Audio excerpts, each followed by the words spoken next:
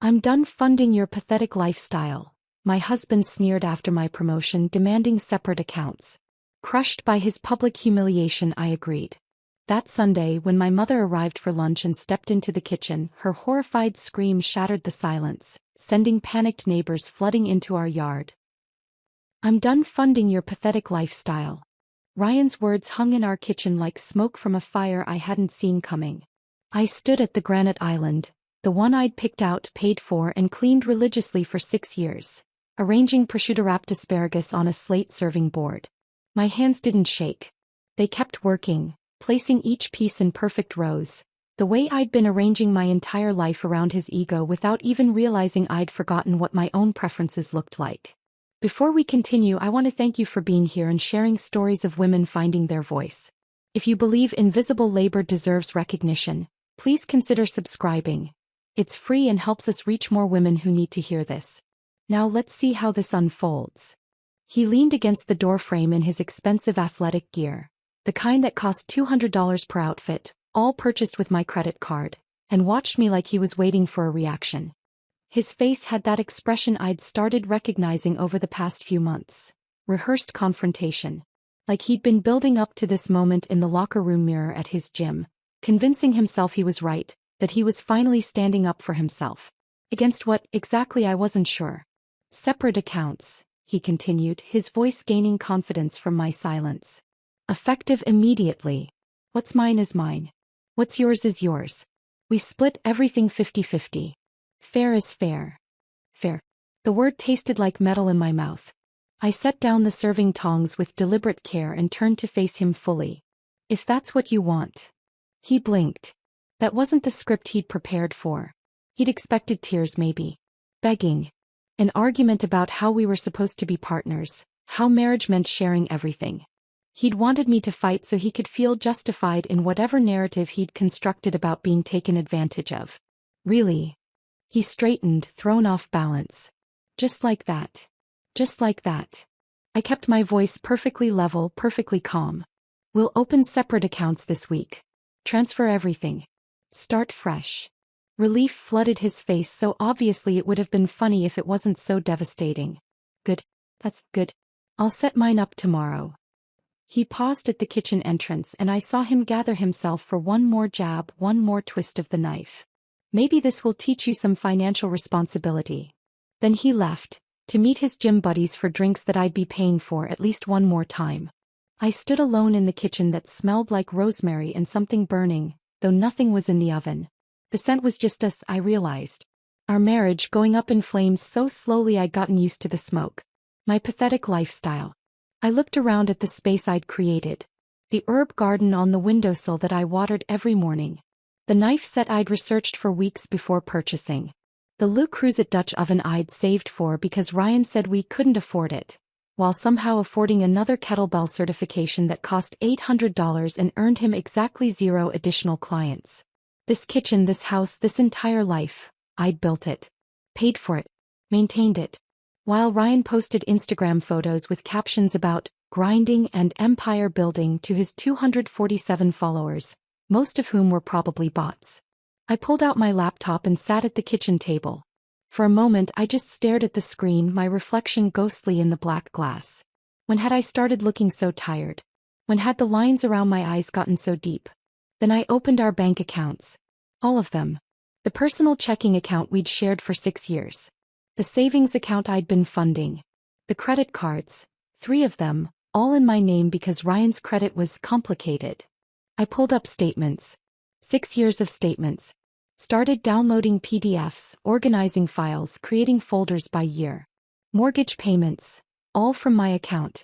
Property taxes, my account. Insurance, my account. Utilities, my account. Groceries, my account. The vacation to Turks and Caicos that Ryan had posted about like he'd paid for it, hashtagging #blessed and #living my best life. $4 $200 from my credit card. His business expenses told their own story. New athletic wear every month, $200 to $300. Supplements and protein powders, $300 to $400. Photography equipment for Instagram, $1,800. A website redesign he'd used exactly once, $2,500. Gym membership at the premium facility across town instead of the community center. $199 monthly for 4 years straight. I created a spreadsheet. Started entering numbers. The work was mechanical, soothing almost. Column for date. Column for expense category. Column for amount. Column for who paid. Year 1 appeared on screen in color-coded glory. I'd contributed $54,000 to our household. Ryan had contributed $8,000. Year 2, $61,000 from me. $7,200 from him. Year 3, 4, 5, 6. The pattern never changed. My contributions climbed as my salary increased with each promotion at Morrison Digital. His hovered around $650 monthly, barely enough to cover utilities, certainly not enough to justify the athletic gear and supplements and certifications that kept appearing on my credit card statements. The final total made my hands stop moving on the keyboard. Me $384,000. Ryan, $47,000. 89%. I'd been paying 89% of our expenses for 6 years while he told me I was financially irresponsible. While he built his brand, that earned maybe $3,200 total in 18 months. While he posted motivational quotes about hustle culture and grinding and never giving up on your dreams. I'd been his dream. His meal ticket. His unpaid personal assistant, chef, housekeeper, and financial backer all rolled into one increasingly exhausted package. And he just accused me of leeching off him.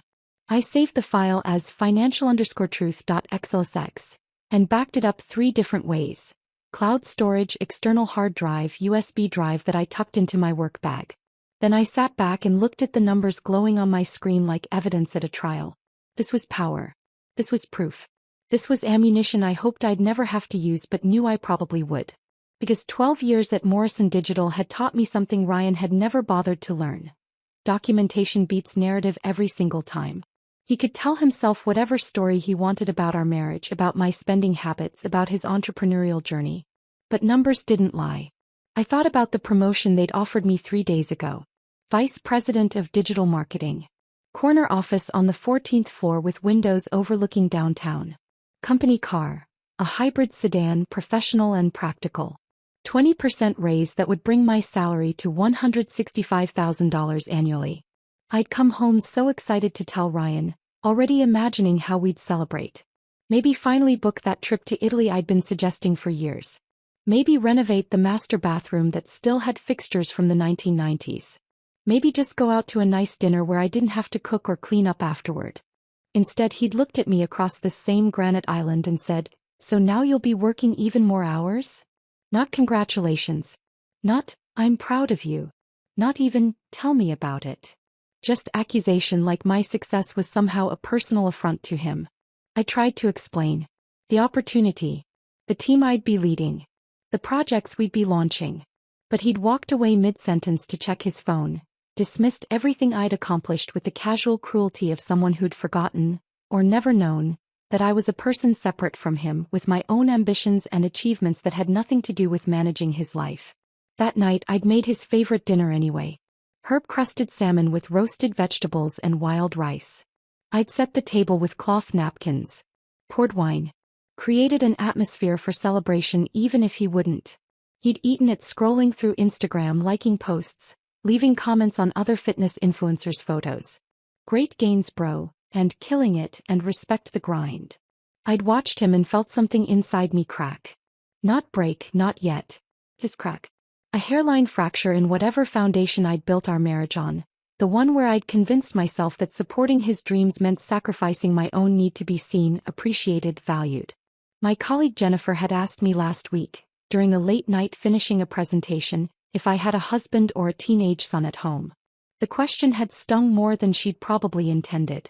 "Why do you ask?" I'd said, trying to keep my voice light. "Because you're always packing his gym bag," she'd pointed out. "Laying out his clothes. Managing his schedule.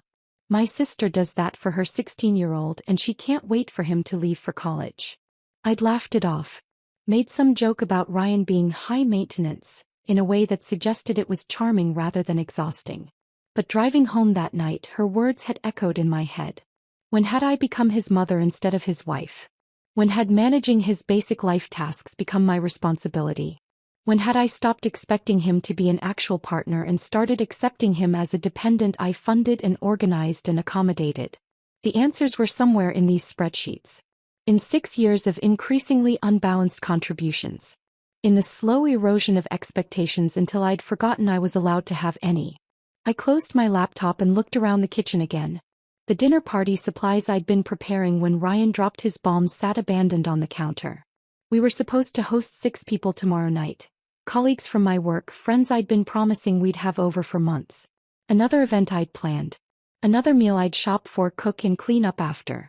Another performance of the perfect marriage where I did everything and Ryan showed up looking good in his expensive athletic wear, charming everyone with his smile and his talk about his business ventures. I picked up my phone and started texting. Hey everyone, so sorry but we need to reschedule tomorrow's dinner. Something came up. Rain check soon. The responses came quickly.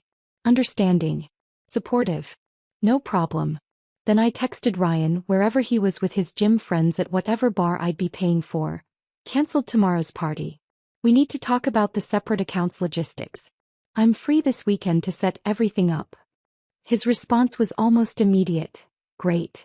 The sooner the better. I smiled at my phone. He had no idea what he'd just agreed to. No idea that separate finances meant I'd stop being his invisible support system. Stop cooking his meals, doing his laundry, managing his calendar, funding his lifestyle. No idea that 50-50 meant actual 50-50, that he'd be responsible for his half of a mortgage he couldn't afford, utilities he'd never paid attention to, groceries he'd never had to budget for. No idea that the comfortable life he'd been living, the one he'd convinced himself he'd earned through his entrepreneurial journey, was about to disappear. As I was done. Done being invisible. Done being taken for granted.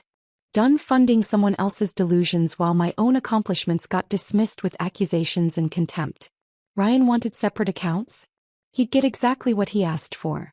And in the process he'd learn what I'd actually been contributing all along. The spreadsheet glowed on my laptop screen like a confession written in numbers. I sat at the kitchen table in the dark, the only light coming from the display, and watched 6 years of my marriage reduce itself to columns and calculations that couldn't be argued with or explained away. Year 1, year 2, year 3, the pattern never varied. My contributions climbed steadily upward as promotions came and my salary grew. Ryan stayed flat, a stubborn horizontal line hovering around $650 monthly, occasionally dipping lower when his business expenses ate into even that meager amount. I added another tab to the spreadsheet. Called it Business ROI. Ryan's fitness coaching venture. The dream he'd been chasing for 18 months while I funded our life. Total invested, $47,800. Website design and hosting, photography equipment, certifications, marketing materials, athletic wear for brand consistency, supplements he claimed he needed to look the part, travel to fitness expos, booth fees, business cards he'd ordered 3 times because the first 2 versions weren't on brand. Total earned $3,200. I stared at that number. $3,200 over 18 months. Less than $200 monthly. Barely enough to cover his own gym membership, which he justified as a business necessity, because clients want to train where their coach trains. The math was brutal. For every dollar Ryan's business earned, I'd invested $15 keeping it afloat. That wasn't entrepreneurship. That was an expensive hobby I'd been funding without realizing I hadn't agreed to it. I created another tab. Daily operations. This one hurt more because it cataloged the invisible work, the tasks I'd been performing so automatically I'd stopped thinking of them as labor at all. Meal planning and grocery shopping. 6 hours weekly. Cooking. 8 to 10 hours weekly. Cleaning. 6 hours weekly. Laundry 3 hours weekly. Household management. Bills, appointments, maintenance, repairs. 4 hours weekly. 27 hours weekly minimum. At $50 per hour. Less than I'd pay a housekeeper or personal assistant. That was $1,350 weekly. Nearly $70,000 annually in unpaid domestic labor. Added to the financial imbalance, I'd been contributing roughly $140,000 yearly to our household while Ryan contributed maybe $15,000 when you counted both his money and his minimal time investment. My phone buzzed. Text from Ryan, out with the guys. Don't wait up. I looked at the message and did quick math. Ryan's gym friends typically hit the downtown bars, craft beer places where pints ran $8 to $12 each. He'd buy at least 4 over the course of the night, plus appetizers to keep a base. $60, maybe $70. All charged to the credit card I'd be paying off at the end of the month. For 2 more weeks anyway. Then the separate accounts would be finalized and Ryan's bar tabs would become Ryan's problem. I saved the spreadsheet one more time and finally closed my laptop. The kitchen fell into complete darkness. Outside, I could hear our neighbor's dog barking, someone's car door slamming, the ambient noise of suburban Sunday night winding down. Inside, silence. I sat in that silence and felt something I hadn't felt in years. Not happiness exactly. Not satisfaction. But clarity. Pure, crystalline clarity about what my marriage actually was versus what I'd been pretending it was. Monday morning arrived wrapped in fog, the kind of gray Connecticut dawn that made everything look washed out and tired. I woke at 5:30 a.m. to my alarm, the same time I'd been waking for 6 years. But this time I only made coffee for one. I pulled out my favorite mug, the handmade ceramic one I'd bought at a craft fair 3 years ago. Ryan had been using it lately, claiming it held heat better than his other mugs, which was Ryan speak for, I like this and I'm taking it. I'd stopped arguing about small things like mugs years ago. Picked my battles. Let him have his way on the little stuff to avoid conflict on the big stuff. Except the big stuff never got addressed either, did it? I'd just gotten quieter and smaller until I'd nearly disappeared. Not anymore. I made my coffee slowly, deliberately. Used the French press Ryan had always said was too much work. Bloomed the grounds properly, let them steep exactly 4 minutes, pressed slowly to avoid sediment. The ritual felt meditative. I made myself a real breakfast. Scrambled eggs with herbs from the garden. Whole wheat toast with the expensive butter I usually saved for special occasions. Fresh strawberries I'd bought for myself. At 7 a.m. Ryan emerged from the bedroom looking like he always did, bleary-eyed, hair disheveled, moving with the unconscious expectation that his morning would be managed for him. He stopped short in the kitchen doorway. The coffee maker sat empty and cold. No breakfast warming on the stove. Just me sitting at the table with my tablet eating my meal for one. Where's breakfast? He asked. Not mean exactly. Just genuinely confused like he'd walked into the wrong house. I didn't look up from the article I was reading. Cabinet's right there. Cereals on the second shelf. Bread for toast. Eggs in the fridge if you know how to cook them. Silence. I could feel him processing, trying to reconcile this version of our morning with the routine we'd established over 6 years. You're not making anything? Now I looked up, met his eyes calmly. Separate finances means separate meals, Ryan. You wanted independence. This is what it looks like. His jaw tightened. I watched him search for an argument that wouldn't contradict his own logic from 3 days ago. He came up empty. He grabbed a protein bar from the pantry, one I'd bought last week in bulk but wouldn't be buying anymore, and left without another word. The front door closed. His car started. The garage door rumbled up and down. Then silence again. I sat in that silence and felt it differently than I had the night before. Not clarity this time. Something lighter. Something that felt almost like freedom. For 6 years I'd been orchestrating his mornings. Coffee ready when he woke. Gym bag packed. Clothes laid out. Breakfast prepared. Lunch packed if he asked for it. His entire morning choreographed by me so he could roll out of bed and into his day without thinking. Now he'd have to think. Plan. Manage his own basic needs. The smallest change, but it felt enormous. That afternoon during my lunch break I created a new spreadsheet. This one forward-facing instead of backward-looking. Household expenses 50/50 split. I listed everything methodically. Mortgage, $3,300 monthly. His half, $1,650. Property taxes, $420 monthly. His half, $210. Home insurance, $145 monthly. His half, $72.50. Utilities averaging $340 monthly. His half, $170. Internet and streaming services, $180 monthly. His half, $90. Yard maintenance, $160 monthly. His half, $80. Total, $2,272.50 monthly. Not including groceries, which we'd split separately. Not including gas, car insurance, personal items, medical expenses, anything individual. Just the cost of keeping the house running, the house I'd been paying for almost entirely alone while Ryan contributed his token $650 and called it partnership. I set up a shared spreadsheet with automatic payment reminders. Created a system where every bill would generate a Venmo request to Ryan for his exact half. Made it professional, organized, impossible to ignore or argue with. The first bill arrived Wednesday. Water and sewer, $340 for the month. I looked at that number and calculated. Our subdivision had expensive water rates, but that total was inflated by Ryan's hour-long post-workout showers and the lawn sprinkler system he'd insisted we install 2 years ago because curb appeal matters. I'd argued it was wasteful. He'd said I was being cheap. We'd installed it. I'd paid for it. He'd enjoyed the greenest lawn on our street and posted photos of it on Instagram with hashtags about investing in your property. I sent him a Venmo request, $170. Added a cheerful note, your half of water bill, thanks. His text came back within minutes. This is ridiculous. It's just the water bill. I responded immediately, and you owe half. That's what separate finances means. Due by Friday, please. 3 dots appeared. Disappeared. Appeared again. Finally, fine. The Venmo payment arrived Thursday morning. I could feel his anger through the transaction, through the lack of any note or acknowledgement. Just money transferred with resentment. Good. Let him be angry.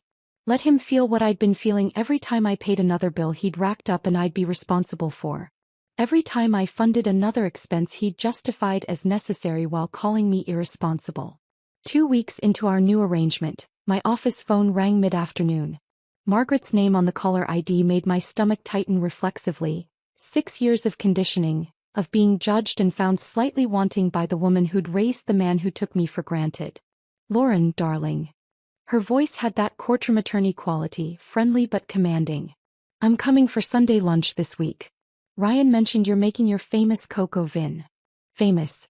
I'd made it exactly 3 times, all for Margaret's visits. All because Ryan had volunteered my labor without asking first. I almost laughed. Almost. But the sound that came out was more tired than amused. I'm sorry, Margaret, but I won't be cooking Sunday. Silence. The kind that meant I'd violated some unspoken protocol. Excuse me. Her tone shifted. Confused. Slightly offended. Ryan and I have separate finances now, I explained, keeping my voice pleasant and professional, the same tone I used with difficult clients. Cooking elaborate meals isn't in my budget anymore. You're welcome to come, but you'll need to arrange your own food. More silence. I could hear her breathing, processing, trying to reconcile this information with the daughter-in-law she thought she knew. But Sunday lunch is tradition, Lauren. We've been doing this for 6 years. 6 years. 6 years of me cooking for her while she complimented Ryan on choosing such a capable wife. 6 years of her son eating my food while telling me I needed to be more financially responsible. Then Ryan can cook, I said. Or you can bring something. Either way works for me. I hung up before she could argue. Professional. Polite. Final. Then I pulled out my personal calendar and marked Sunday with 2 words. The reveal. 4 days. 4 days until Margaret arrived expecting her coq au vin and found something very, very different. 4 days until the truth became undeniable. 4 days felt like 4 years. I moved through that week with the strange clarity that comes from knowing everything is about to change. Every conversation with Ryan became loaded with subtext. Every meal I made for myself alone felt like a small revolution. Every bill that arrived felt like another piece of evidence building toward an inevitable conclusion. Wednesday evening I came home from work to find the kitchen in disarray. Not the usual disarray of Ryan's protein shake preparation. Something more chaotic. Pots on the stove. Cutting board with vegetables hacked into uneven pieces. The smell of something burning. Ryan stood at the counter with his phone propped against the backsplash, watching a YouTube video titled, Coq au vin for Beginners. I set down my work bag and watched him for a moment. He was so focused on the video he hadn't noticed me yet. His face had that intense concentration I usually only saw when he was scrolling through other fitness influencers' accounts, studying their content strategy. "What are you doing?" I asked. He jumped, nearly knocked over a bottle of wine he'd opened. My expensive Burgundy, I noticed, not the cooking wine in the pantry. "Practicing," he said defensively. "For Sunday." I looked at the mess he'd created. The chicken pieces were hacked apart unevenly. The vegetables looked like they'd been attacked rather than chopped. Flour dusted the floor. Something in a pan was smoking ominously. "Need help?" I asked, testing him. His jaw tightened. "I've got it." I shrugged and walked away. Poured myself a glass of water. Listened to him struggle with something the video made look simple. 20 minutes later, I heard him swear. Then the sound of the smoke detector going off. I walked back to find him frantically waving a dish towel at the ceiling alarm while something in the pan sent up black smoke. He'd burned the garlic. Added it first to hot oil instead of waiting for the other aromatics. And now it was acrid and ruined, poisoning whatever else he tried to cook in that pan. "You have to add garlic later," I said calmly over the alarm's shrieking. "It burns faster than onions or celery." He didn't respond. Just kept waving the towel until the alarm finally stopped. I left him there and went upstairs to change. Behind me, I heard him dump the pan in the sink, the hiss of hot metal hitting water, another round of creative cursing. An hour later, the kitchen looked like a disaster zone. Every pot we owned was dirty. Flour covered the counters. Something sticky had spilled and congealed on the floor. The trash can overflowed with failed attempts. Burnt vegetables, ruined sauce, chicken pieces he'd somehow managed to both undercook and burn simultaneously. Ryan stood in the middle of it all, looking defeated. "How do you do this?" he asked quietly. Not to me exactly. More to the universe. "How do you make it look so easy?" I could have said, practice, experience, actually caring about the outcome. I said nothing. Just looked at the destruction he'd created trying to do something I'd been doing effortlessly for years. He pulled out his phone and started scrolling. 5 minutes later, I heard him on a call. "Yes, delivery on Sunday. 1 p.m. sharp. The prix menu for 3. Yes, the Coco Vin definitely. No, this is the right address." I calculated quickly. Lou Bernardin's prix Sunday menu ran about $60 per person. 3 people. Plus delivery fee, tip, tax. Probably $180 total. Maybe $200. Money Ryan didn't have. Money he'd have to pull from somewhere. His meager savings, maybe, or the credit card he'd been trying to rebuild after maxing it out on business expenses 2 years ago. When he hung up, he looked at me standing in the doorway. "Mom likes Lou Bernardin," he said. Defensive. Justifying. "I know," I replied. "I've been ordering from there for her birthday for 4 years." His face did something complicated. Recognition, maybe, of another invisible task I'd been handling. Another expense I'd been covering. Another detail of his mother's life that I'd been managing so he could take credit. Saturday night, I sat on the couch with a novel I'd been trying to finish for weeks. Finally had time to read now that I wasn't spending my evenings cooking elaborate meals and managing Ryan's schedule. Ryan was back in the kitchen. I could hear him muttering to himself, the clang of pots, water running, the microwave beeping. Around 9 p.m. he appeared in the living room doorway. "The delivery tomorrow is at 1 o'clock, he said. "Mom's coming at 1 o'clock. So timing should work." I didn't look up from my book. "Okay. I'm going to set the table tonight. With the good china. Make it look nice." "Okay." He hovered there, clearly wanting something from me. Validation maybe. Or permission. Or acknowledgement that he was trying. I gave him nothing. Just kept reading. He disappeared back into the dining room. I heard him opening the china cabinet, the clink of plates and glasses. 20 minutes later he was back. "Do we have cloth napkins?" "Linen closet. Second shelf." More sounds of preparation. Ryan playing house, performing domesticity for his mother's benefit. I turned the page in my book and smiled. Sunday morning arrived bright and cold. I woke at 7 a.m., late for me, and made my single cup of coffee. Put on comfortable clothes. Decided to work in the garden. By 10 a.m. I was outside with my roses when Claire Caldwell appeared at the fence line between our properties, coffee mug in hand. "Morning, Lauren," she said. "Big lunch today?" I looked toward our house. Through the dining room window, I could see Ryan frantically adjusting place settings, stepping back to examine his work, adjusting again. Ryan's mother is visiting, I said, turning back to deadhead a spent bloom. Claire leaned against the fence. Is everything okay with you too? Mark mentioned. She trailed off delicately. Mark. Her husband. Whose home office shared a wall with our kitchen. What did Mark mention? I asked, keeping my voice neutral. He heard some intense conversations last week. Not yelling exactly, but tension. We just wanted to make sure you're okay. I could have lied. Could have smiled and said everything was fine, that we were just working through some normal marriage stuff, nothing to worry about. Instead, I met Claire's eyes. She was a CPA, sharp with numbers and patterns. Probably saw through financial facades for a living. We're going through some changes, I said. Financial restructuring. Her eyebrows rose. That sounds complicated. I pulled off my gardening gloves. It's actually very simple. We're just being honest about who pays for what now. Claire processed this. I could see her mind working, connecting dots I hadn't explicitly drawn. Financial restructuring, she repeated slowly. As in, separating finances? As in acknowledging reality, I said. Reality that was apparently very different from what Ryan had convinced himself was happening. Claire's expression shifted. Understanding, recognition.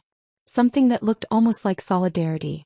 Well, she said carefully, if you need anything, someone to talk to, a friendly ear, whatever, I'm right next door.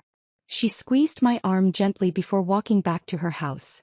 I returned to my roses, but my mind wasn't on gardening anymore. I just planted a seed with Claire. A witness who'd be paying attention. Someone who'd notice when the facade cracked completely. At 12:45 p.m. I came inside to wash the dirt off my hands. The dining room table looked almost elegant. Ryan had managed that much at least. Wedding china set precisely. Linen napkins folded. Wine glasses sparkling. The Lou Bernardine delivery bag sat on the kitchen counter, still sealed, waiting to be plated. Ryan emerged from the bedroom wearing dress pants and a button-down shirt. Making an effort for his mother. Looking the part of successful son even if the reality underneath was shaky. She'll be here in 15 minutes, he said. I looked down at my gardening clothes. Old jeans, dirt-stained t-shirt, hair pulled back in a messy ponytail. I know, I said and went upstairs to change. When I came back down, dressed in casual but presentable clothes, Margaret's silver BMW was pulling into our driveway. Ryan straightened his shoulders. Took a breath. Prepared himself for performance. I watched him through the front window and felt nothing. No anxiety. No desire to smooth things over or make this easier for him. Just cold curiosity about what would happen when Margaret encountered reality instead of the son she'd imagined.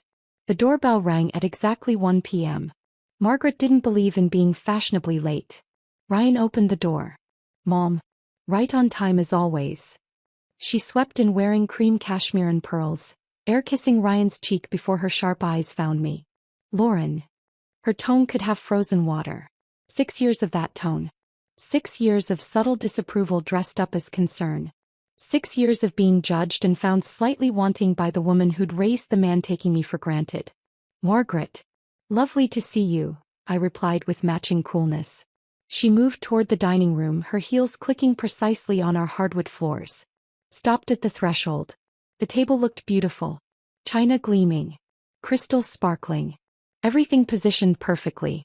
Except in the center, instead of serving dishes with home-cooked food, sat 3 white takeout containers from Lou Bernardine, still in their delivery bag. Margaret's face went through several expressions in rapid succession. Confusion. Disbelief.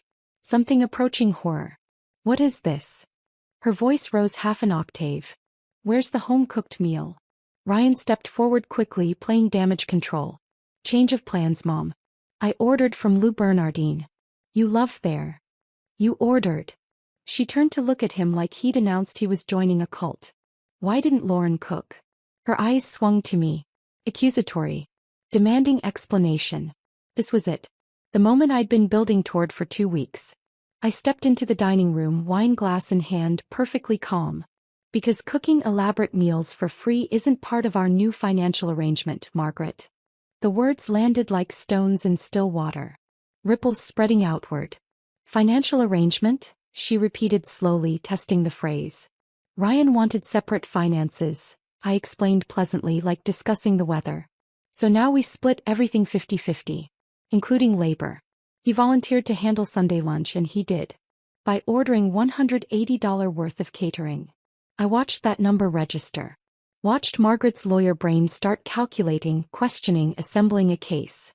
Ryan, she said, turning to her son. You spent $180 on takeout? He shifted his weight. It's fine, Mom. I can afford it. The lie sat there between them, obvious and pathetic. I decided to push harder. Test how much truth Margaret could handle. Can you? I asked. Because the mortgage is due Tuesday and your half is $1,650. Plus $170 for utilities.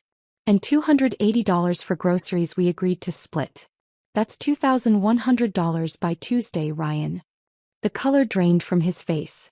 Margaret turned to him with an expression I'd never seen her wear. Not anger exactly, but something colder. Sharper. Calculation.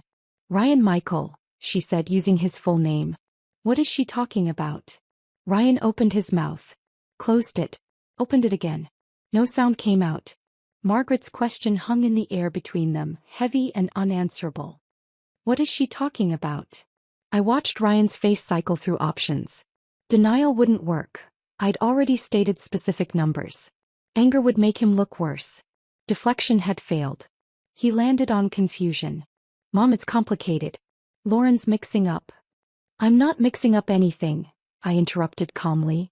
Your half of household expenses is $2,272.50 monthly. That's half the mortgage, half the utilities, half the property taxes, half the insurance, half the yard maintenance. The bills are all documented in our shared expense tracker. Margaret's entire demeanor shifted. I watched 30 years of courtroom instincts activate in real time. Her shoulders straightened. Her expression went neutral, professional. When she spoke again, her voice had dropped into that controlled register that meant she was assembling a case. Lauren, she said, turning to face me fully. What exactly is your half of household expenses? I'd been waiting for this question. Preparing for it. I set down my wine glass and met her eyes directly. The same as Ryan's, I said. We split everything equally now. That was his idea. Margaret's eyes narrowed fractionally. And how much are you paying monthly? I could have softened it. Could have presented the information gently with context and explanation. Instead, I chose brutal honesty. About $2,100 for my share of bills. Plus my own groceries, gas, personal items, gym membership, dry cleaning. Around $2,800 total monthly. I watched her process this. Saw her attorney brain already calculating, comparing, searching for the discrepancy she knew was coming. And prior to this arrangement? She asked. This was it. The question that would crack everything open. Prior to this arrangement, I was paying approximately $6,400 monthly. Ryan was contributing around $650. The silence that followed was absolute. Margaret stood perfectly still. Her face went through microexpressions too fast to catalog. Disbelief, calculation, recognition, something that looked almost like grief. That can't be right, she said, but her voice had no conviction. She knew numbers. She knew I wasn't the type to exaggerate or manipulate data. It's right, I said quietly. I have documentation if you'd like to see it. Yes, Margaret said immediately. I would. Ryan made a sound, protest or panic, I couldn't tell which. Mom, this isn't, you don't need to. Ryan. Margaret's voice cut through his stammering like a blade. Be quiet. I walked to my home office, pulled the binder from the drawer where I'd been keeping it and returned to the dining room. 53 pages of documentation, organized with colored tabs. I handed it to Margaret without preamble. 6 years of bank statements, receipts, mortgage payments, credit card bills. Every dollar accounted for. Every contribution tracked. Margaret took the binder like it was evidence in a trial. Which, in a way, it was. She flipped to the summary page first. The overview I'd created with pie charts showing percentage splits year by year. The pattern was identical across all 6 years. My contributions represented 87 to 91% of household expenses while Ryan's hovered between 9 to 13%. At the bottom, highlighted in yellow, Me $384,000. Ryan $47,000. Margaret's hands started trembling. Subtle but visible. She flipped through pages, landing on receipts at random. Ryan's gym membership. $199 monthly for 4 years straight. His supplement purchases. $300 to $400 monthly, every month for 6 years. His business expenses tab was the thickest. New athletic wear, photography equipment, website redesign, business cards, marketing materials, travel to fitness expos. Every single purchase made with my credit card while he told me I was bleeding him dry. Jesus Christ, Margaret whispered. Ryan stepped forward. Mom, you have to understand, I was building something. How much did your business earn? Margaret asked, not looking up from the binder. Silence. Ryan. How much did your fitness coaching business earn over the past 18 months? More silence. About $3,200, I supplied. Total. Over 18 months. Margaret's head snapped up. She looked at her son with an expression I'd never seen her direct at him before. Disappointment. Real, profound disappointment. You invested. She flipped back through the business expenses tab, calculating quickly. Nearly $48,000 to earn $3,200? It takes time to build a brand, Ryan said defensively. You can't expect immediate returns. Did you know, Margaret interrupted, her courtroom voice fully activated now, that Lauren was paying 89% of your household expenses while funding this business venture that earned less than $200 monthly? Ryan's face went red. She makes more than me. Of course she pays more. Then why? Margaret asked, each word precisely enunciated. Did you tell her she was funding your pathetic lifestyle?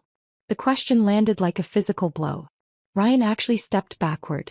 Why did you demand separate accounts? Margaret continued relentlessly. If you were the one benefiting from the arrangement. Why did you accuse her of financial irresponsibility when you were the one spending $400 monthly on supplements while contributing barely enough to cover utilities? Ryan's mouth opened and closed. He looked like he was drowning in open air.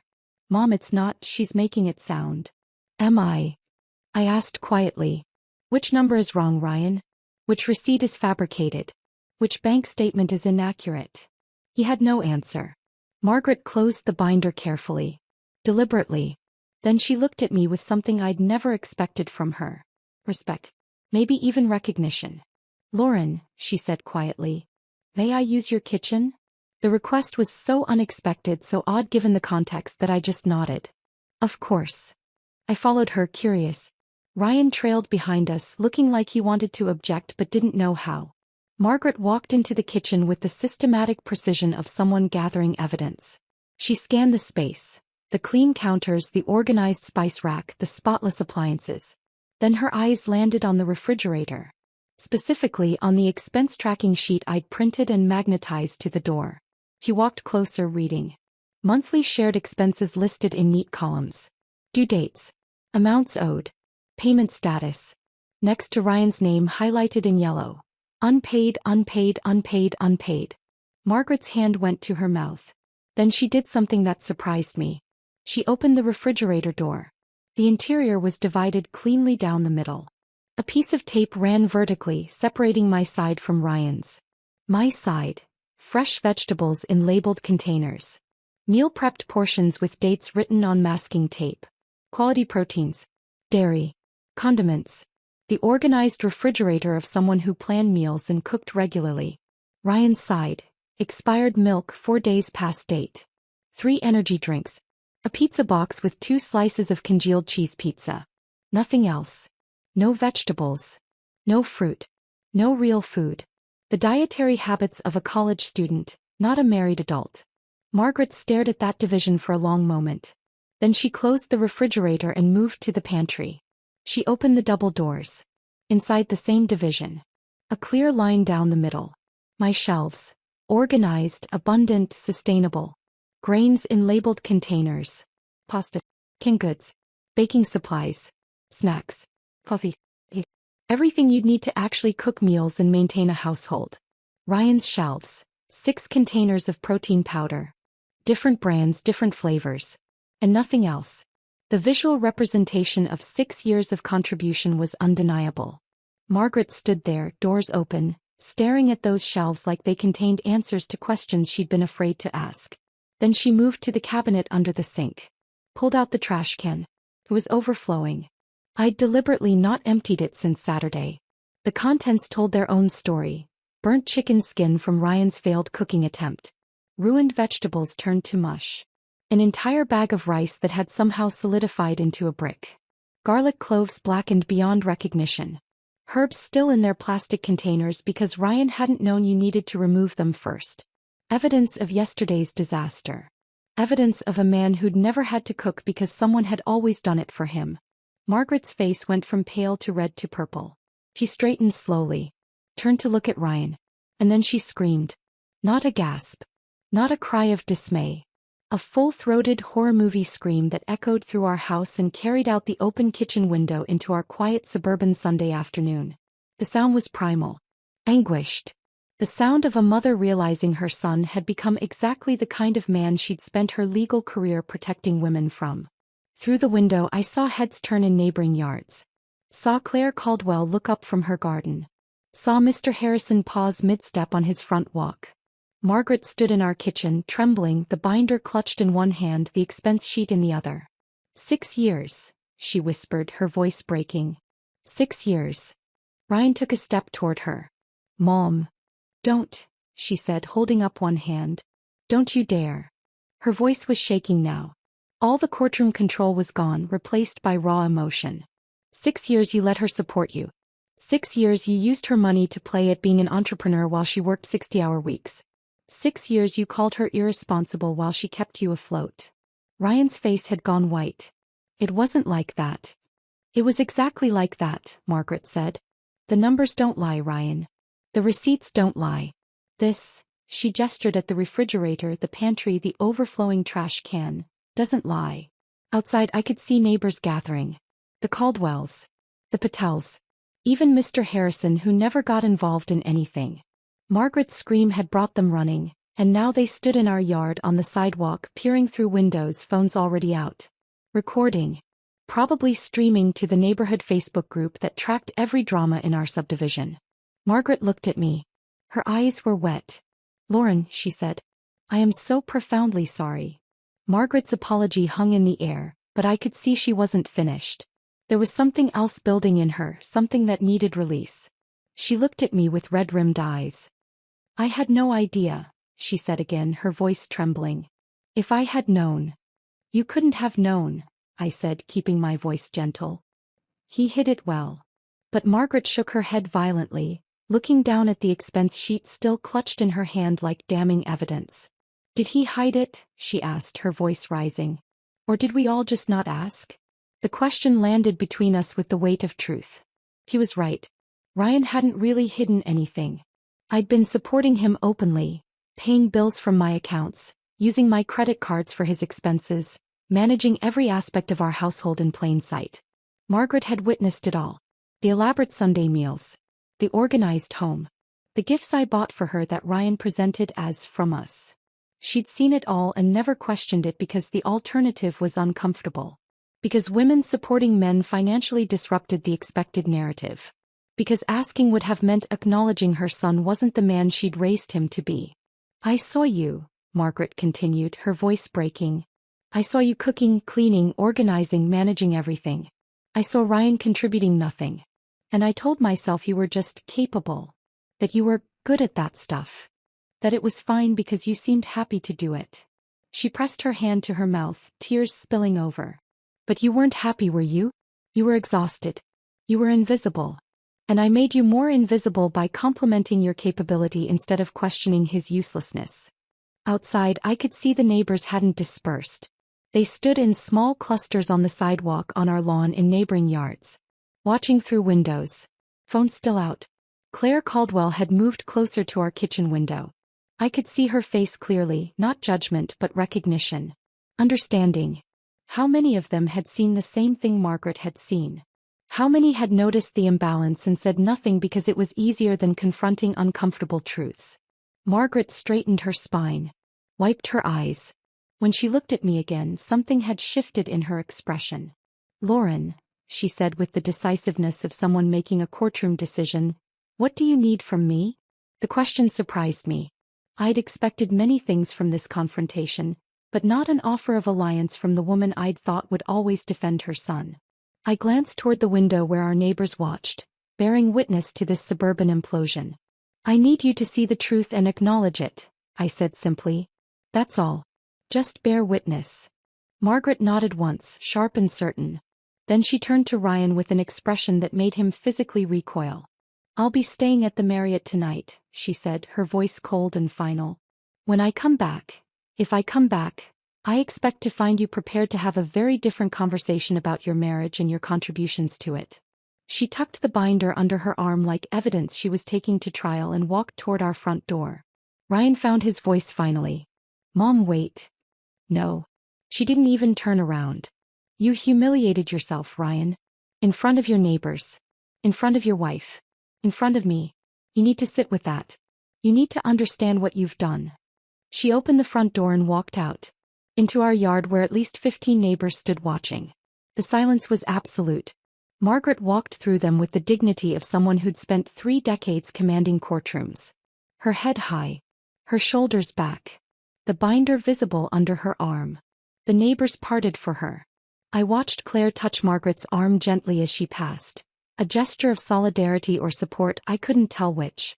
Margaret got into her silver BMW and drove away. For a moment nobody moved. The neighbors stood frozen, processing what they'd just witnessed through our kitchen window.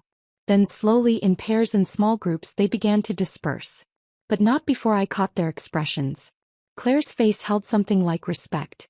Susan Patel looked thoughtful, almost contemplative. Even Mr. Harrison nodded at me through the window before shuffling back to his own yard. They'd heard Margaret scream. They'd gathered expecting an emergency. Instead they'd witnessed something else entirely. A public reckoning.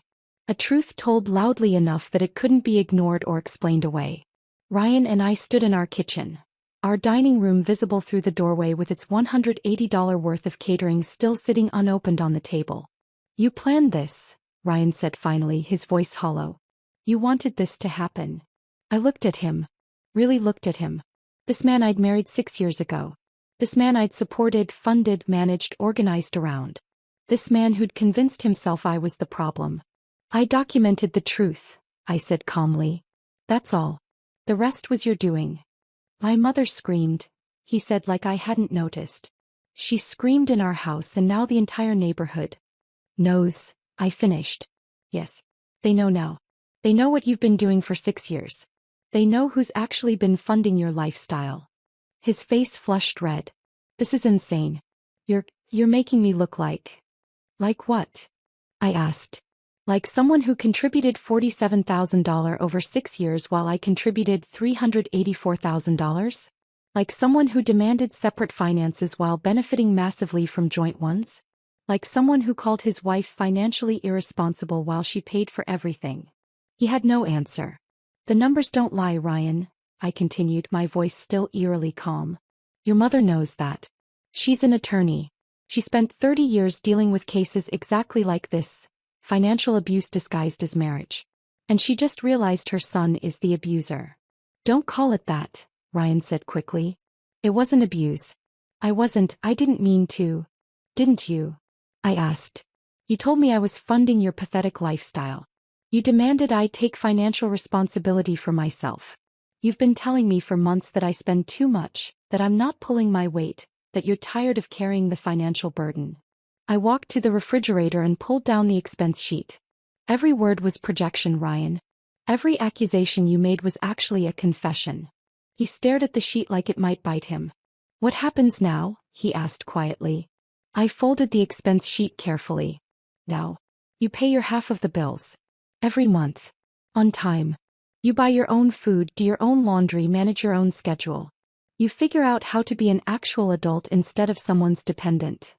And us. His voice cracked. What about us? I looked at him standing in our kitchen. The kitchen I'd maintained for 6 years. The kitchen he'd destroyed yesterday trying to cook a single meal. I don't know, I said honestly. I don't know if there's an us to save. But I know I'm done being invisible. I'm done being taken for granted. I'm done funding someone else's delusions while my own accomplishments get dismissed. Ryan's phone started buzzing. Text messages coming in rapid succession. He pulled it out, looked at the screen, and his face went pale. "What is it?" I asked. "The neighborhood group chat," he said faintly. "Someone posted video of my mother in our kitchen." Of course they had. I'd seen the phones out. Seen the recording happening. "What are they saying?" I asked, genuinely curious. Ryan scrolled, his face getting paler with each message. "They're saying..." He stopped. Swallowed. "They're on your side.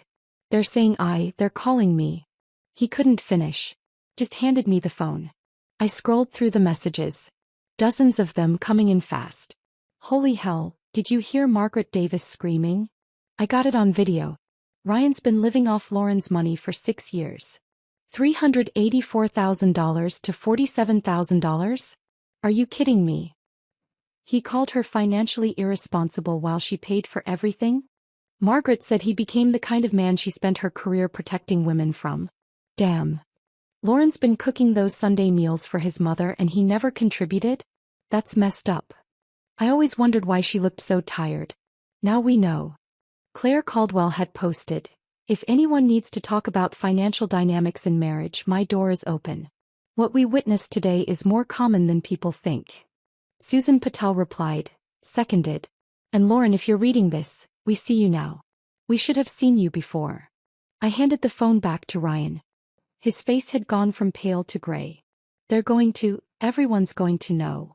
"Yes," I said. "Everyone's going to know the truth. That's what happens when you demand separate finances and then can't afford your half. The truth becomes visible."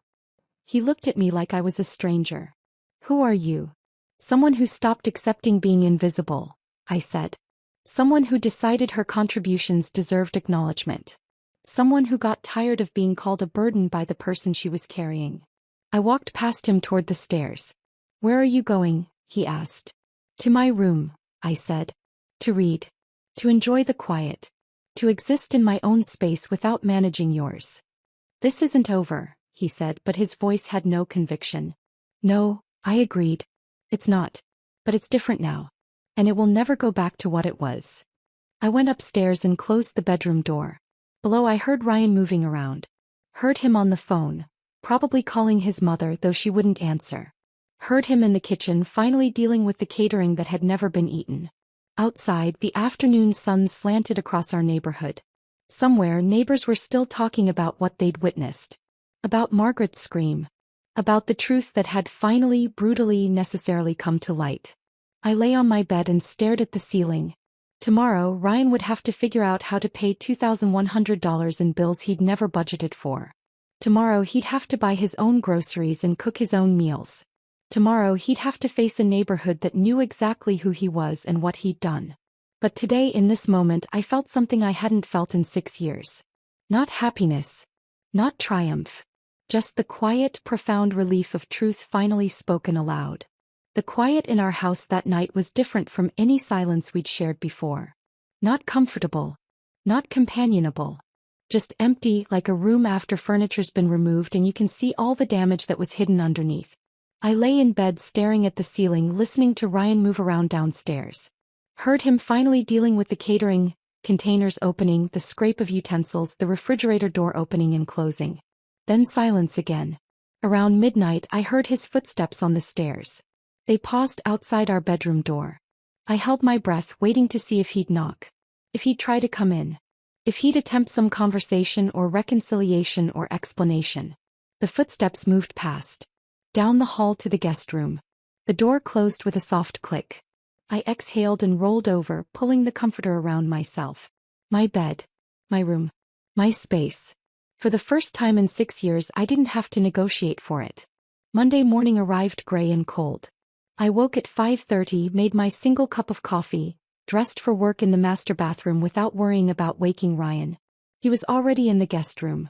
Already separate. Already learning what it meant to manage his own space. I left the house at 7:15, same as always. Claire Caldwell was waiting by the mailboxes at the end of our street. Not obviously waiting, she was checking her mail, going through envelopes. But when she saw me, her face shifted into an expression I couldn't quite read. Concern. Curiosity. Something else. Lauren, she said as I approached. Do you have a minute? I stopped, keys in hand. Sure. She glanced back toward our house, then at me. What your mother-in-law said yesterday. About you paying for everything. Is that actually true? I could have deflected. Could have said it was complicated, that families shouldn't air private matters, that Margaret had been upset and perhaps exaggerated. Instead I said, every word. Claire's expression shifted. For how long? 6 years. She made a small sound, not quite a gasp, not quite a sigh. Something in between. Mark and I had no idea, she said. We thought, well, we didn't think about it, I guess. You seem to have everything so together. That was the problem, I said quietly. I made it look effortless. So nobody questioned whether it should be effortless. Claire nodded slowly. He understood. She was a CPA. She knew what numbers meant, what patterns revealed, what imbalances looked like when you actually examined them. If you need anything, she said, squeezing my arm. We're here. Mark and I. We see you now. The phrase stuck with me all day. We see you now. Like I'd been invisible before. Which, in a way, I had been. At work, I threw myself into the new VP responsibilities with an intensity that surprised even me. Strategy meetings for Q4 campaigns. Team reorganization. Budget allocation. The work was complex and demanding and completely within my control. Nobody at Morrison Digital called me financially irresponsible. Nobody questioned my contributions. Nobody took credit for work I'd done. My assistant knocked on my office door around 3 p.m. Lauren, you have a personal call. Margaret Davis. She says it's important. I picked up, curious. Margaret. Lauren. Her voice was steadier than it had been Sunday, but I could still hear the strain underneath. I wanted to tell you something before you heard it elsewhere. I waited. I've made an appointment with a therapist, she said. For Thursday. To talk about why I didn't see what was happening. Why I enabled Ryan's behavior by never questioning it. I sat back in my chair, genuinely surprised. Margaret had always seemed so certain. So confident in her assessments. The idea of her seeking therapy felt like watching a mountain decide to move. That's good, Margaret, I said carefully. That takes courage. It's terrifying, she admitted. I'm 62 years old. I spent 30 years protecting women from exactly what Ryan did to you. And I missed it. I watched it happen and told myself it was fine because you seemed capable. Her voice broke on the last word. I turned your competence into justification for his uselessness, she continued. I made you smaller by complimenting how well you handled everything instead of asking why you were handling everything alone. We sat in silence for a moment, connected by phone across the city. Can I ask you something? Margaret said finally. And I need you to be completely honest. Okay. Do you think the marriage can survive this? Or is it already over? The question I'd been asking myself for 3 days. I don't know, I said honestly.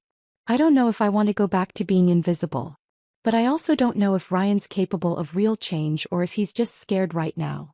That's fair, Margaret said. That's more than fair. For what it's worth, I've told him he needs to earn his way back into any kind of relationship with you. That the burden is entirely on him to prove he can be different. What did he say? Margaret laughed, but it was hollow. He cried. Then he got angry.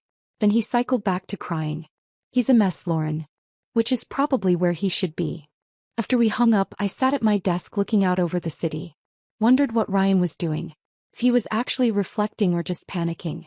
If he understood what he'd lost or was still focused on what he thought he was owed. Wednesday morning, my phone buzzed with a Venmo notification. Ryan had sent $1,650. The memo line read, "Mortgage my half." I stared at it for a long moment. The first time in 6 years he'd paid his actual share of the mortgage on time, without prompting, without complaint. Thursday, $170 for utilities. Friday, $280 for his half of groceries. Each payment arrived with no message, no explanation. Just money transferred, obligations met. I checked his Instagram out of curiosity. He hadn't posted since Saturday, 3 days without content, which for Ryan was unprecedented. His last post was that gym equipment photo with the caption about grinding and empire building. The comments had been cleaned out. Whatever criticism had flooded in after Sunday, he deleted it all. His follower count had dropped 247 to 198. People jumping ship from his motivational fitness brand now that the neighborhood knew the motivation was funded entirely by his wife. Thursday evening, I came home to find the kitchen spotless and a note on the counter. Ryan's handwriting, precise and careful. Sold my gym membership to Premium Fitness. Moving to community center starting next week, $30 per month instead of $199. Selling my kettlebells and equipment on Facebook Marketplace. First therapy session scheduled for Monday at 4 p.m. Will need to leave work early. R. No apology. No explanation. Just information. Facts. Accountability. I read it twice looking for subtext or manipulation. Found none. Just a man reporting his decisions, taking responsibility for his own finances, acknowledging he needed help. It was the most adult communication I'd received from him in years. I folded the note and walked upstairs. Pulled open my desk drawer where I'd stored the USB drive with our financial documentation. The evidence of 6 years of imbalance. I placed Ryan's note next to it. Evidence of rock bottom. Evidence of what might, possibly, maybe, be the first tiny step toward change. That night I made dinner for myself. Lemon chicken with roasted vegetables and wild rice. Plated it nicely. Ate at the kitchen table with a book propped against the salt shaker. Halfway through my meal Ryan came home. I heard him enter through the garage, heard his footsteps pause when he saw me at the table. "That smells good," he said quietly. I didn't look up from my book. "There's chicken in the fridge if you want to make some for yourself." Silence. Then, "I don't know how." "YouTube has tutorials," I said. "Or there's a basic cooking class at the community center. Tuesday nights." More silence. Then the sound of him opening the refrigerator. Rummaging. The microwave beeping as he heated up leftovers from the catering we'd never eaten. He sat at the other end of the table. We ate in silence, him with his phone, me with my book. Not comfortable. Not companionable. But not hostile either. Just two people existing in the same space, no longer pretending to be something they weren't. "I paid the bills," Ryan said finally. I saw. "Thank you. It's more than I thought it would be." I turned a page in my book. "Yes. I don't know how you managed it all this time. The bills, the cooking, the cleaning, everything. While working 60 hours a week." I looked up at him then. His face was drawn, tired. He'd lost weight. Probably from the stress, possibly from actually having to feed himself. "I managed it," I said quietly, "because I had to. Because you weren't going to." He flinched but didn't argue. "I'm sorry," he said. "I know that's not enough. I know sorry doesn't fix 6 years of..." He stopped. Struggled for words. "Of taking you for granted. Of being useless. Of calling you irresponsible while you carried everything." I closed my book. "Sorry isn't enough. You're right about that. But it's a start." "What do I do?" he asked. "How do I fix this?" I looked at him. This man I'd married, this man who'd become a stranger, this man who was maybe, possibly beginning to understand what he'd done. "You become someone different," I said. "You learn to cook your own meals, do your own laundry, manage your own life. You stop expecting me to be your mother and start being my partner. You prove, over time with consistent actions, that you can contribute equally instead of just consuming. And if I do that, then we'll see," I said. "But Ryan, I'm not waiting around while you figure it out. I'm living my life. If you want to be part of it, you have to earn that. Every single day." He nodded slowly, looking smaller somehow than he had a week ago. Good, I thought. Let him feel small for once. Let him understand what 6 years of invisibility felt like. Ryan finished his microwave meal in silence. Set his fork down. Looked at me with an expression I couldn't quite read. "Can we talk?" he asked. "Really talk?" "We're talking now," I said, not looking up from my book. "I mean," he stopped. Started again. "I mean, can we sit down and have an actual conversation? About everything?" I marked my place in the book and closed it. "When? Now? Or tomorrow? Whenever you have time." The fact that he was asking for my time instead of assuming he had access to it felt significant. "Tomorrow," I said. "Saturday morning. After I finish my run." He nodded, looking almost relieved that I hadn't said no outright. Saturday morning I ran 5 miles through the neighborhood. Past Claire Caldwell's house where she waved from her garden. Past the Patels who smiled and nodded. Past Mr. Harrison who actually spoke. "Morning, Lauren." The neighborhood that had witnessed my humiliation had become something else. Not quite allies but witnesses. People who saw me now in a way they hadn't before. I came home sweating, endorphins high, feeling more myself than I had in years. Ryan was sitting at the kitchen table with a notebook. He looked terrible, drawn, tired, like he hadn't been sleeping well. He'd lost weight. His gym-sculpted physique was softening without the hours of daily training he could no longer afford. "Coffee?" he offered, gesturing to the French press. I poured myself a cup and sat across from him. Waited. "I've been going to therapy," he started. His voice was rough, uncertain. "Dr. Morrison has been. She's been making me look at things I didn't want to see." I sipped my coffee. Said nothing. "She asked me to track my daily activities," Ryan continued. "Everything I do in a typical day. Then assign an hourly value to each activity based on what it contributes to our household." He slid the notebook across the table. I opened it. Saw pages of scratched-out attempts, erased lines, frustrated scribbles. "I couldn't do it," Ryan said, his voice breaking. "I couldn't assign value to my time because most of what I do doesn't create value." I looked at his attempts.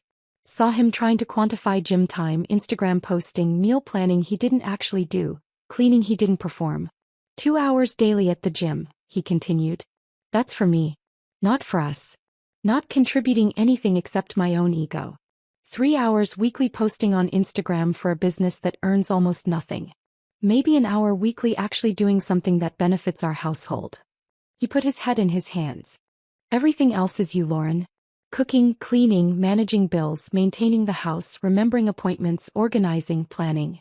Everything. I closed the notebook and pushed it back toward him. "I called you financially irresponsible," Ryan said, looking up at me with red-rimmed eyes. "I actually believed it. I convinced myself that your salary was ours to share and mine was mine to keep. That you spent too much on shoes and handbags while I was investing in my business." He laughed, but it sounded broken. "Your entire shoe collection cost maybe $2,000 over 6 years. My gym membership alone cost $12,000. My supplements cost more than your clothes.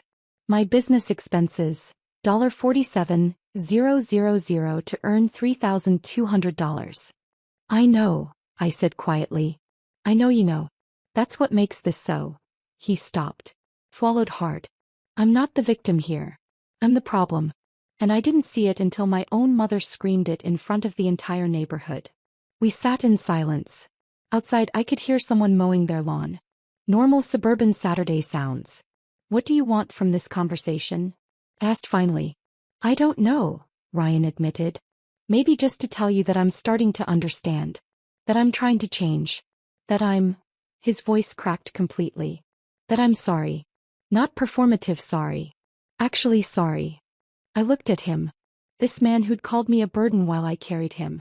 This man who was maybe, possibly starting to see what he'd done. "Hey," I said. "I hear you. That afternoon Shauna called. Coffee? I need to talk to you about something." We met at our usual Starbucks. She was already there when I arrived, 2 lattes waiting. "I'm so glad you finally stood up to him," she said before I'd even sat down. I raised an eyebrow. "You're not usually this direct."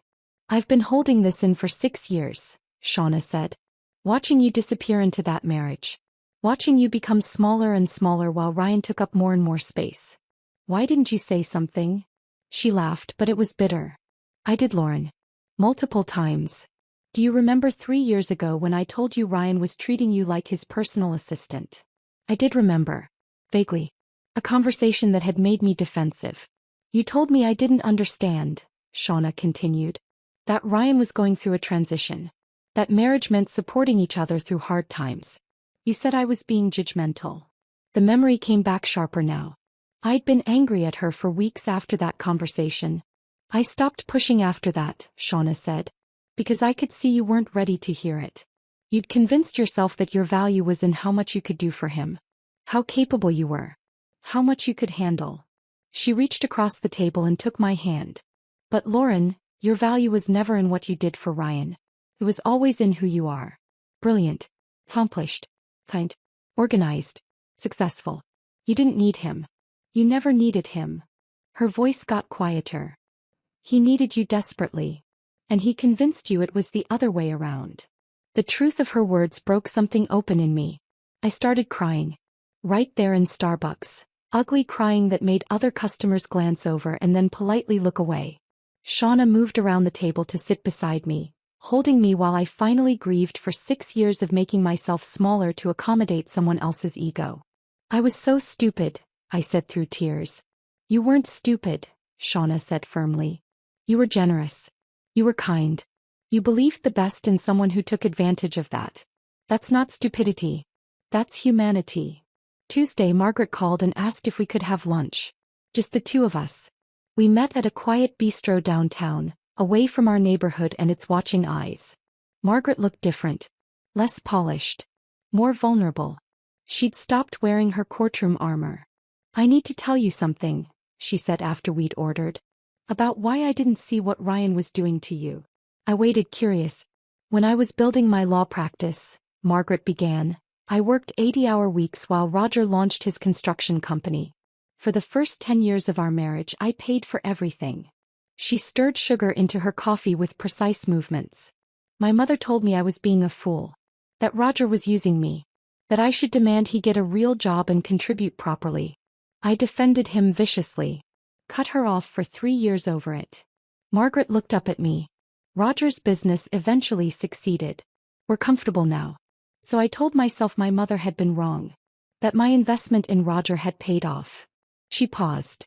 But looking at you and Ryan, I realized I was projecting my story onto yours. I wanted Ryan to be like Roger. Wanted your story to have the same ending as mine. So I didn't look closely at what was actually happening. What's the difference? I asked quietly. Between your story and mine? Margaret's attorney precision returned. Roger was building a real business, she said. He worked construction sites 12-hour days. Came home covered in drywall dust.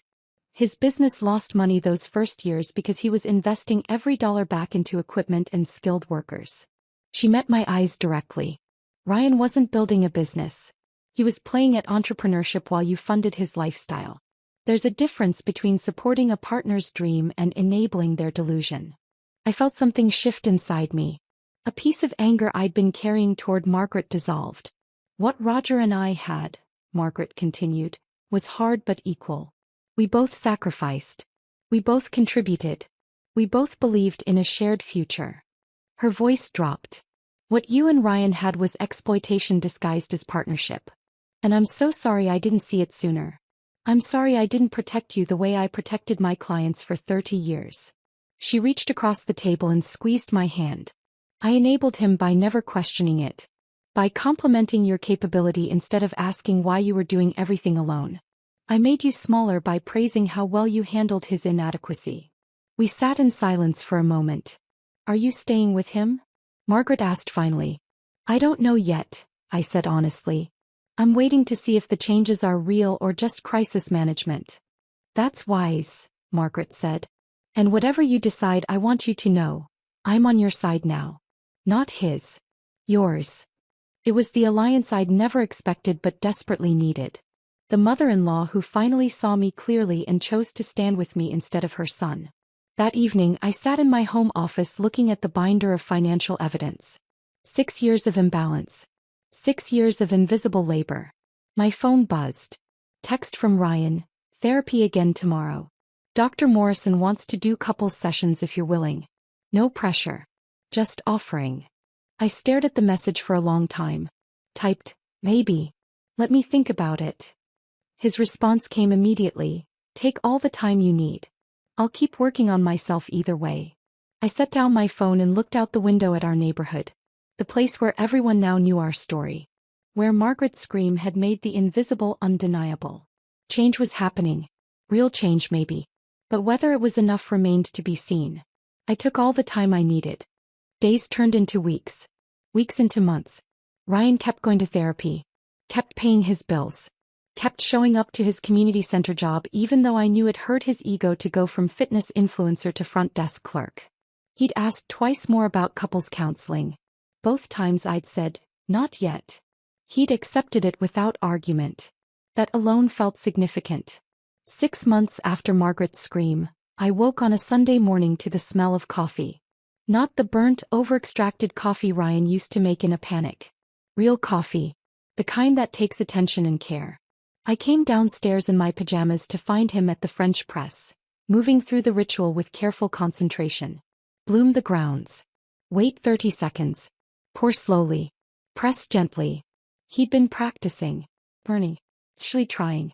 Morning, he said, glancing up briefly before returning his focus to the press. Morning, I replied. He poured 2 mugs. Handed me one. I tasted it. Good. Not perfect but genuinely good. The kind of coffee that showed someone cared about the process, not just the outcome.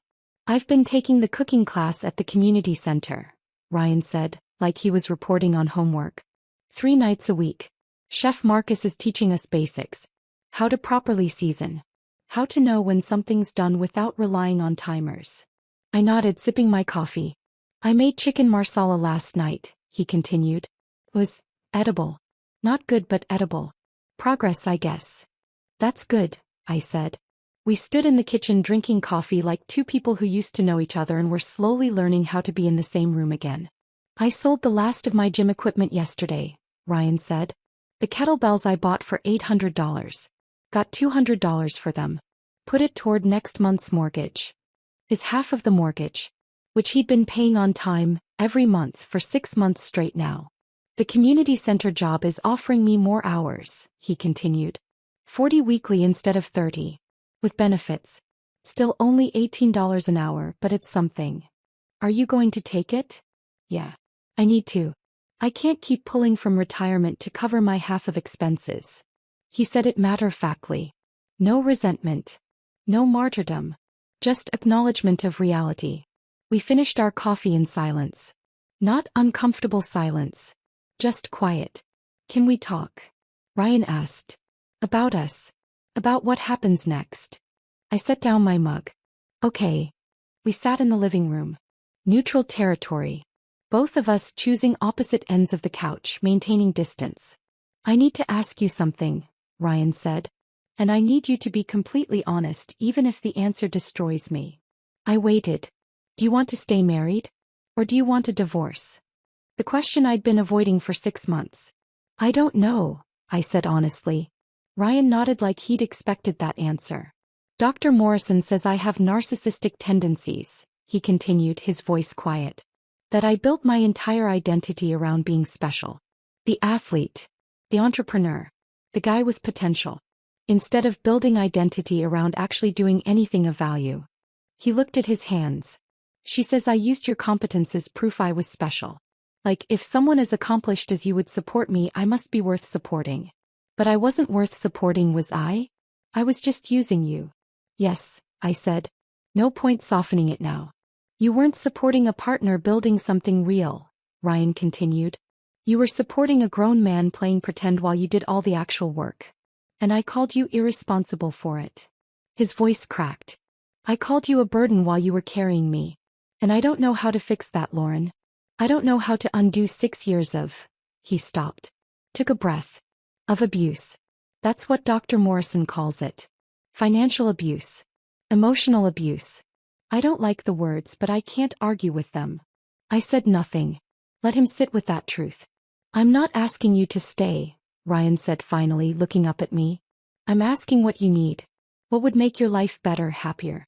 And if that answer is divorce, I'll sign the papers and move out without argument. You deserve that choice. I looked at him. This man who'd called me a leech. This man who was maybe, possibly becoming someone different. I need time, I said. Real time. Not 6 months but maybe a year or more. To see if this is genuine change or just crisis management. Ryan nodded. Okay. I need to see you maintain employment. Contribute consistently. Manage your own life without me managing it for you. Okay. I need you to continue therapy. And I need us to do couples counseling. The kind where we address power dynamics and what happened, not just communication techniques. I'll call tomorrow, Ryan said. Find someone who specializes in what I did. I took a breath. And I need you to understand that even if we stay married, we will never go back to how things were. I will never again be invisible. I will never again manage your life while you take credit. I will never again accept being called a burden by someone I'm supporting. I understand, Ryan said quietly. And I don't want to go back either. That version of me was... He struggled for words. Pathetic. Dialed. Cruel. We sat in silence. Can I ask you something? Ryan said. Yes. Why are you giving me this chance? After everything I did, why haven't you just filed for divorce? I thought about that question. Had been thinking about it for months. Because I want to see if people can actually change, I said finally. Not just say they'll change. Not just perform change for a few weeks until things get comfortable again. But actually, fundamentally become different. I looked at him directly. And because the person I married 6 years ago, before the entitlement, before the taking for granted, before all of it, that person was worth loving. I want to see if that person still exists underneath everything else. Ryan's eyes filled with tears. I'm trying to find him too, he whispered. This morning, 6 months and 2 weeks after the scream, Margaret came for Sunday lunch. But this time, everything was different. Ryan cooked. A simple roasted chicken with vegetables. Nothing fancy, but the kitchen smelled good and he moved through the space with something approaching competence. Margaret arrived at 1 p.m., punctual as always. But she wasn't wearing her courtroom armor anymore. Just comfortable clothes and a genuine smile. Something smells wonderful, she said, hugging me first. Then Ryan. Roasted chicken, Ryan said. With Chef Marcus's technique. Hoping it's actually edible. We set the table together, all three of us. Margaret folding napkins. Me arranging plates. Ryan bringing out the food. The role reversal was complete. Surreal even. We sat down to eat. Ryan's chicken was genuinely good. Not restaurant quality but solid. Competent. The work of someone who'd actually learned instead of just Googling recipes in a panic. Margaret raised her water glass. I want to propose a toast, she said, looking at both of us. To truth. To change. To the hard work of becoming better people. We clinked glasses. I'm proud of you, Ryan, Margaret continued, and I saw tears in her eyes. Not for what you accomplished in the past or what you might accomplish in the future. But for doing the hard work of acknowledging your failures and trying to fix them. That takes real courage. Ryan's jaw tightened with emotion. Thanks, Mom. Margaret turned to me. And Lauren, I'm grateful to you. For standing up for yourself. For refusing to disappear. For teaching my son, and me, what real partnership actually requires. After lunch, Ryan started clearing plates. I've got dishes, he said when I stood to help. You cooked, I pointed out. Yeah, but you've done dishes for 6 years while I did nothing. I think I can handle cleanup. Margaret and I moved to the living room while Ryan cleaned the kitchen. We could hear him washing, drying, putting things away in the correct places because he'd finally learned where things went. How is he really doing? Margaret asked quietly. Better, I said honestly. Not perfect, but better. He's paying bills. Working. Going to therapy. Learning to cook and clean. Actually contributing. And you? How are you doing? I thought about that question. I'm okay, I said. Still figuring out if I want to stay married or start over. But I'm okay either way. That's the difference now. 6 months ago I didn't think I could survive without the marriage. Now I know I can thrive without it. So if I choose to stay, it'll be because I want to, not because I need to. Margaret squeezed my hand. That's the healthiest thing I've heard in a long time. Later, after Margaret left, I stood at the kitchen window looking out at our neighborhood. The place where everyone had witnessed our implosion. Where Margaret's scream had made the invisible undeniable. Ryan came to stand beside me. Not touching but close. Thank you, he said quietly. For what? For not giving up on me completely. For giving me a chance to become someone different. Someone better. I looked at him. Don't thank me yet. We're not fixed, Ryan. We might never be fixed. This might still end in divorce. I know, he said. But at least if it does, it'll be because you chose what was best for you. Not because I drove you away without realizing what I was losing. We stood at the window in silence. The kitchen where Margaret screamed had become something different now. Not a crime scene. Not a battlefield. Just a kitchen where two people were learning, slowly, painfully, uncertainly, how to share space as equals. Some stories end with divorce and vindication. With clean breaks and fresh starts and never looking back. Ours was still being written. One honest conversation at a time. One bill paid on time. One meal cooked competently. One small act of accountability after another. But that scream, that beautiful, horrified, truth-telling scream, would always be the moment everything changed. The moment the invisible became undeniable. The moment my mother-in-law looked at her son and finally saw what I'd been living with. And in the suburbs of Connecticut, in a neighborhood where everyone knew everyone's business, Margaret's scream became more than gossip. It became a reminder. That truth, when finally spoken aloud, can shatter everything. And sometimes, in the wreckage, you find the foundation to build something real. If this story of truth and transformation had you holding your breath, hit that like button right now. My favorite part was when Margaret opened that refrigerator and saw the truth divided right down the middle. What was your favorite moment? Drop it in the comments below. Don't miss more powerful stories like this. Subscribe and hit that notification bell so you never miss an upload.